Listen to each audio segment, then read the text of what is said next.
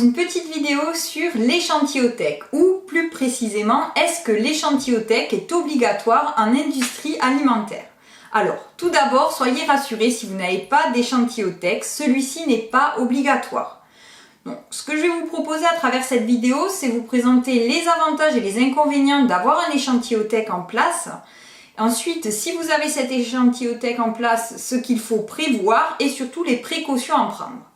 Alors, tout d'abord, quand on met en place une échantillotech, on va avoir l'avantage d'avoir donc des échantillons de produits, donc de matières premières ou produits finis, ou les deux, tout dépend de comment on met en place cet échantillonnage, et de pouvoir avoir les produits à disposition. Si vous avez une réclamation client, ça vous permettra de faire soit des tests organoleptiques ou d'envoyer le produit en analyse.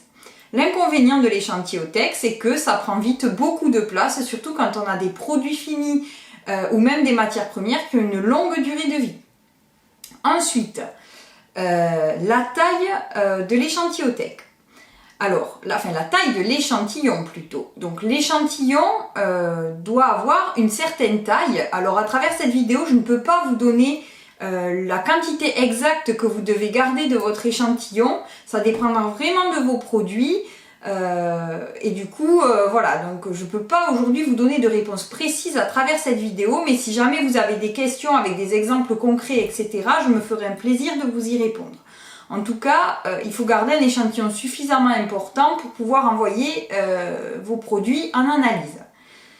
Ensuite, le dernier point, je voulais attirer l'attention sur vous, sur aussi le fait que quand on fait un échantillotech, il faut faire attention à comment on conserve le produit.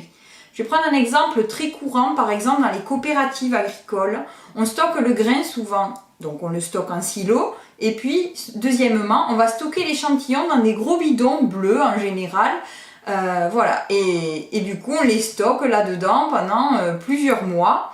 Le problème c'est que en fait on a observé que quelquefois le produit vieillissait différemment dans ces bidons bleus où la température va être de suite plus changeante, etc.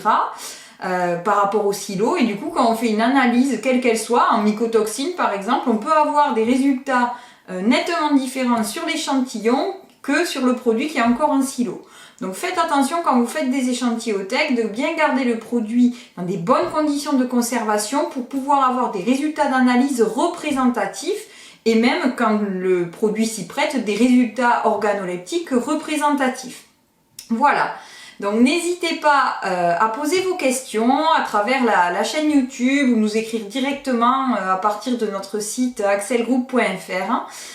N'oubliez pas de vous abonner aux recettes d'Axel. Je vous souhaite une très belle journée et je vous dis à très bientôt.